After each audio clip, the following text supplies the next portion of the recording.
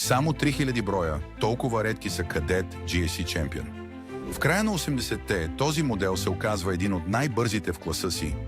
От 0 до 100 само за 8 секунди. Но това не е най-странното. Някои от най-екзотичните модификации се раждат далеч от заводите на Opel.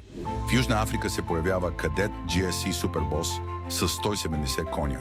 Напълно легален уличен състезател, създаден да се бори с BMW. Историята му започва в средата на 80-те, когато Opel решава да влезе в битката за най-бърз хетчбек. Този Кадет се отличава с дигитално табло и емблематичен спойлер, които го правят разпознаваем. Но има още нещо. В Бразилия се ражда Кадет GSI Convertible, кабриолет, който никога не е продаван в Европа.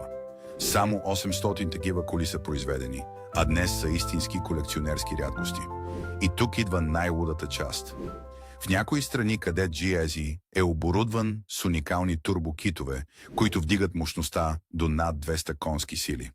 Тези модификации правят модела още по-желан сред феновете. Коя кола да разгледаме следваща? Фолоу за още факти.